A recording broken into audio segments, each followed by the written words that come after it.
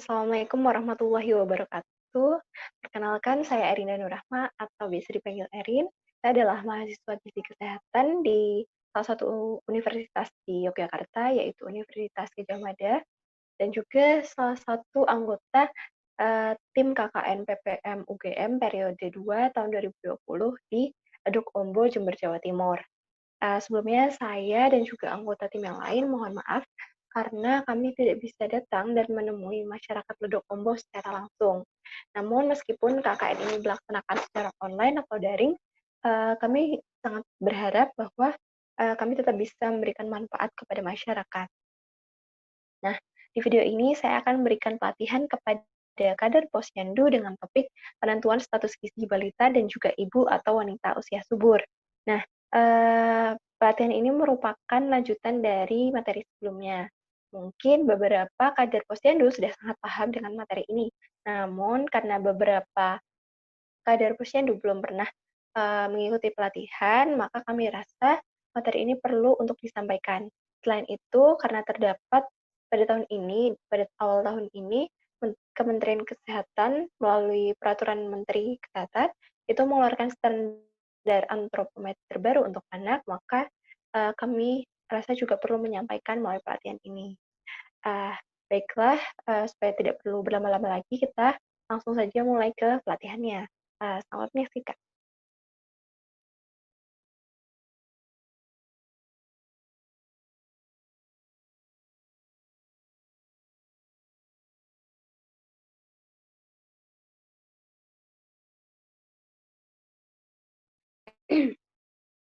Jadi pelatihan ini akan terdiri atas dua bahasan. Yang pertama, penentuan status gizi pada balita, dan yang kedua, penentuan status gizi pada ibu atau wanita usia subur.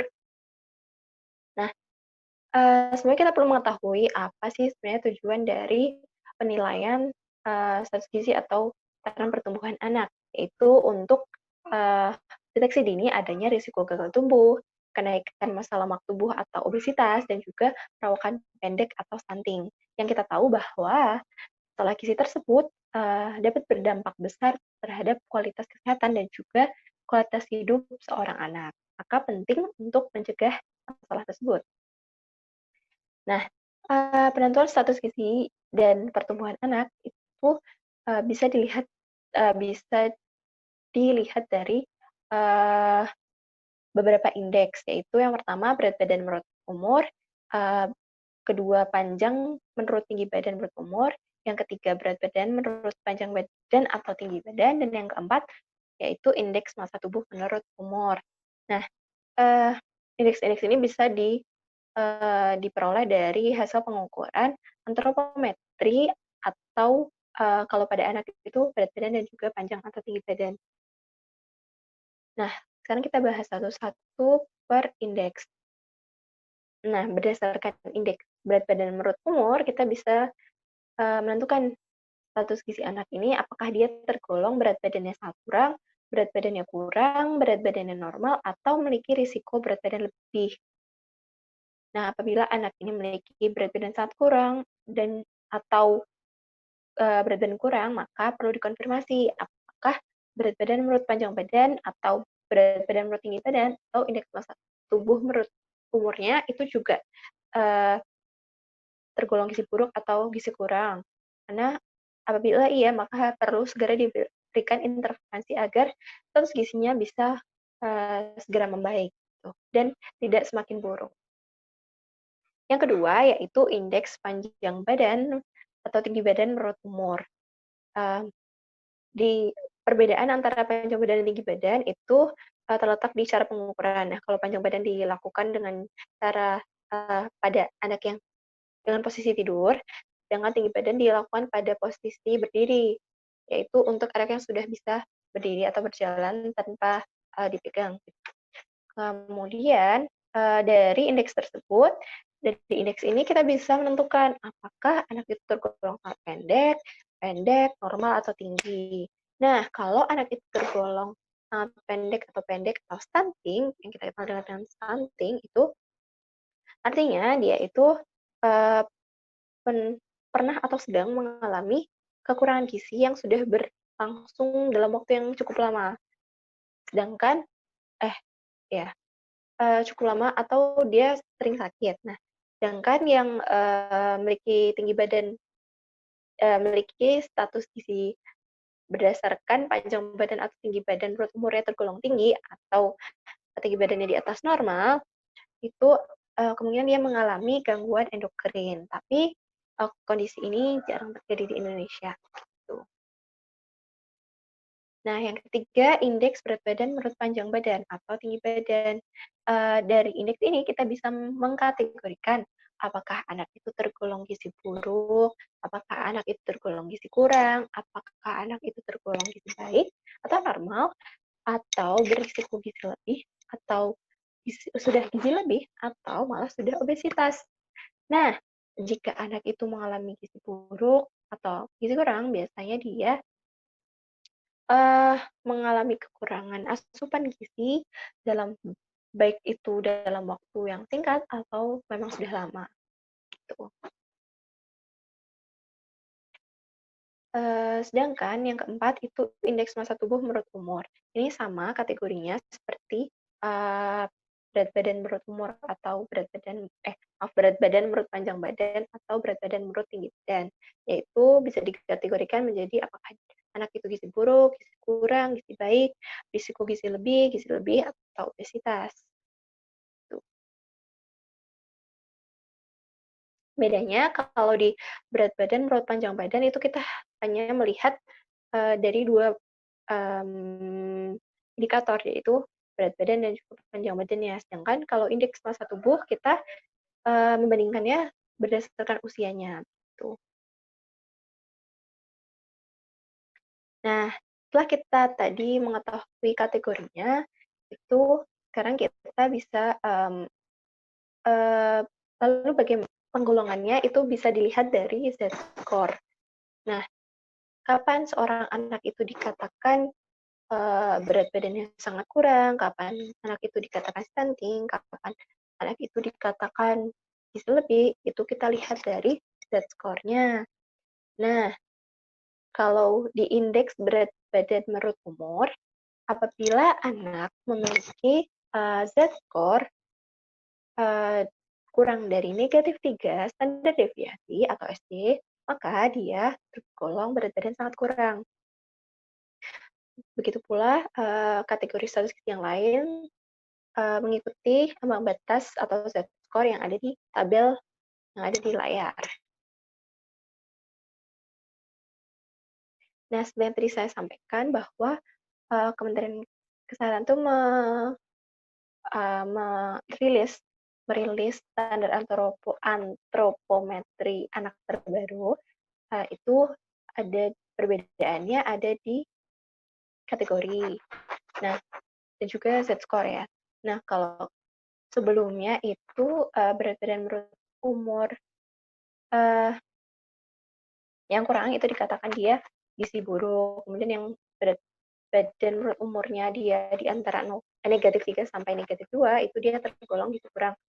Nah, sedangkan di, standar antropi anak yang terbaru ini dia tergolong, berat badan sangat kurang dan juga, berat badan kurang dan gitu terus, dapat perbedaan di kategori.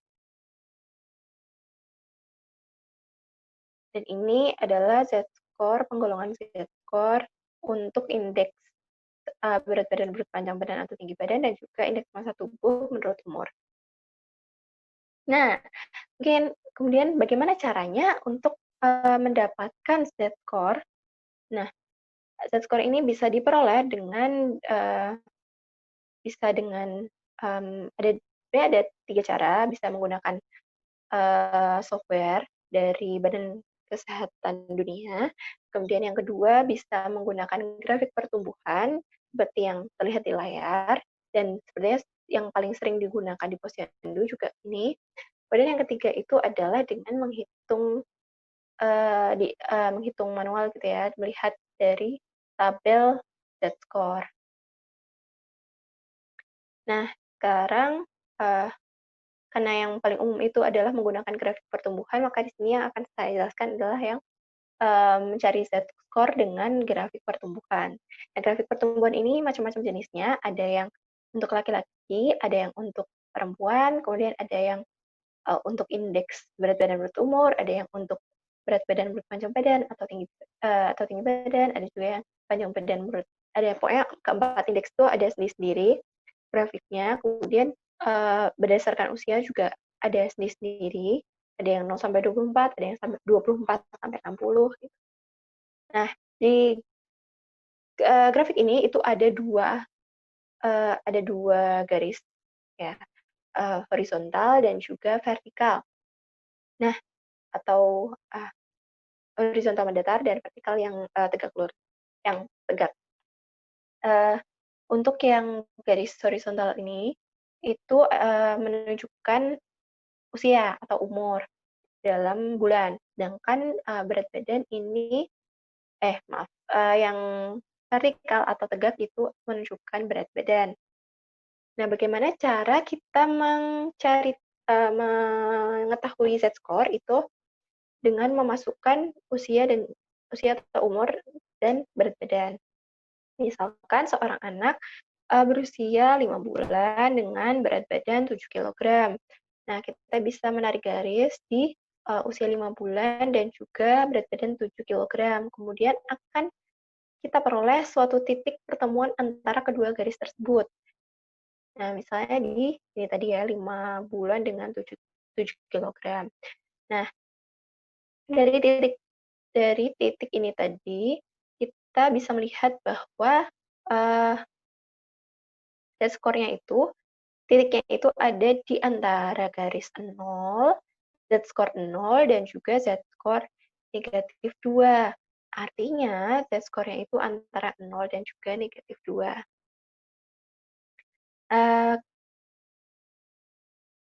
Kemudian, kemudian mengacu pada tadi di tabel, kan misalnya Z-score-nya si anak yang usia 5 bulan dengan berat badan 7 kg tadi kan Z-score-nya antara 0 sampai negatif 2 ya, artinya dia masuk di 0 sampai negatif 2 itu artinya ada di sini, berat badannya tergolong normal.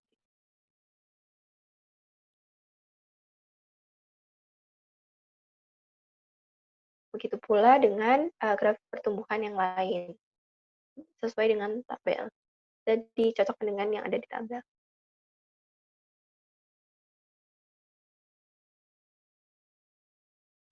Ini adalah petunjuk penggunaan grafik pertumbuhan, sama seperti yang tadi saya jelaskan. Kemudian cara menginterpretasikannya juga sesuai yang dijelaskan tadi.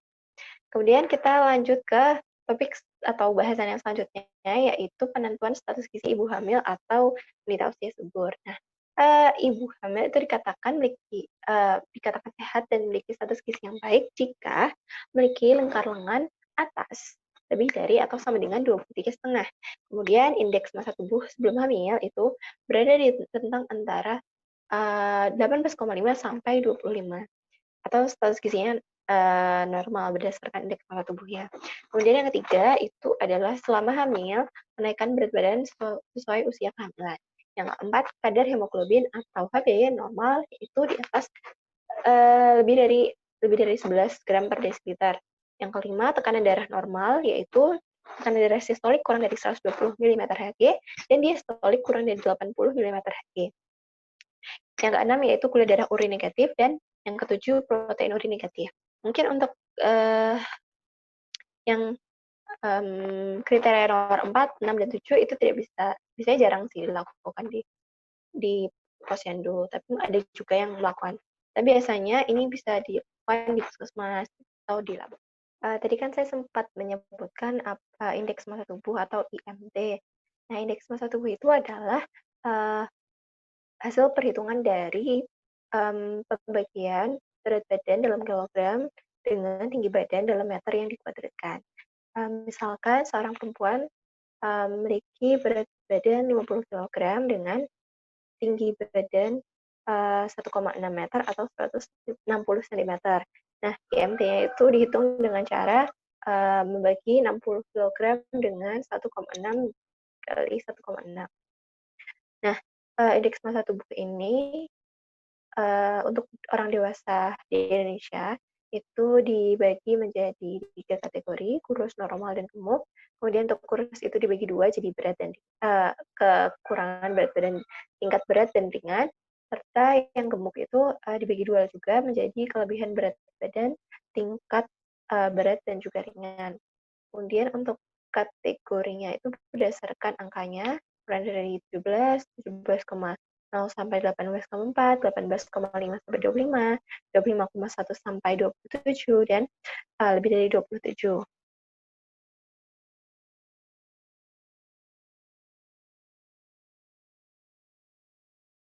Oke, selanjutnya tadi itu salah satu kriteria dari ibu hamil yang sehat dan memiliki gizi yang baik itu adalah memiliki tingkat lengan atas lebih dari atau sama dengan 23,5. Kenapa sih? Lalu kenapa? Lalu apa yang terjadi jika seorang ibu hamil itu memiliki tingkat lengan atas kurang dari 23,5? Nah, ibu hamil yang memiliki tingkat lengan atas kurang dari 23,5 itu artinya memiliki risiko kekurangan energi kronis. Nah, untuk memastikan apakah mereka itu memang benar-benar KEK itu ditentukan berdasarkan indeks massa tubuh di trimester pertama. Apabila dia itu memiliki indeks massa tubuh kurang dari 18,5 atau tergolong kurus, maka dia itu bisa dikatakan mengalami kekurangan energi kronis. Nah, apabila indeks massa tubuhnya itu di trimester pertama tidak diketahui, maka bisa menggunakan indeks massa tubuh sebelum hamil apabila berat badan dan tinggi badan sebelum hamil diketahui. Nah, selanjutnya yaitu pertambahan berat badan ideal selama kehamilan. Nah, pertambahan berat badan sama kehamilan ini merupakan salah satu indikator atau tanda apakah janin itu berkembang dengan baik atau tidak, serta apakah ibu hamil itu mengonsumsi makanan atau zat gizi yang cukup. Nah, pertambahan berat badan pada setiap perempuan itu berbeda-beda. Normalnya berbeda-beda.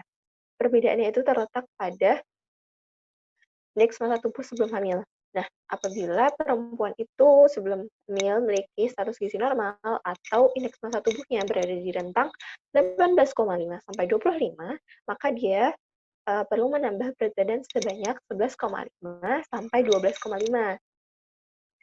Nah, sedangkan apabila perempuan itu sebelum hamil memiliki status gizi kurus atau IMT-nya kurang dari 18,5, maka dia perlu menambah berat badan 12,5 sampai 18 kg. Sedangkan yang tergolong gemuk atau indeks massa tubuhnya lebih dari 25, dia cukup menambah berat badan sebanyak 7 sampai 11,5 kg. Nah, kalau kita lihat berdasarkan usia kehamilan, tambahan berat badan itu berbeda-beda setiap minggunya. Pada trimester pertama, berat badan ibu hamil itu tidak bertambah terlalu banyak, terutama di minggu 0 sampai 10, yaitu hanya berkisar antara 0 sampai 0,065. Artinya mungkin sekitar dalam 10 minggu itu hanya bertambah sekitar setengah kilogram. Kemudian pada minggu ke-20 sampai 20 itu bertambah 0,3 kg. Pada minggu ke-20 sampai 30 bertambah 0,45 kg. Dan pada minggu 30 sampai 40 bertambah sekitar 0,35 kg per minggunya. Lalu, itu tadi kan pertambahan per minggu untuk perempuan atau ibu hamil yang memiliki status gizinya normal. Lalu bagaimana yang memiliki status gizi kurang atau gizi lebih? Nah, ibu hamil yang memiliki status gizi kurang perlu menambah berat badan sekitar 500 gram atau setengah kilogram setiap minggunya pada trimester 2 dan juga 3. Sedangkan ibu hamil yang memiliki status gizi lebih atau kegemukan dianjurkan untuk menambah berat badan sebanyak 300 gram per minggunya pada trimester 2 dan 3. Nah, lalu apa sebenarnya tujuan kita itu memantau status gizi ibu?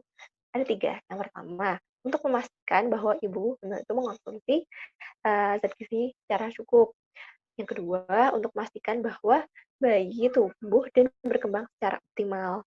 Yang ketiga, untuk deteksi dini risiko komplikasi dan persalinan, seperti bayi lahir prematur, berat badan lahir rendah, dan sebagainya.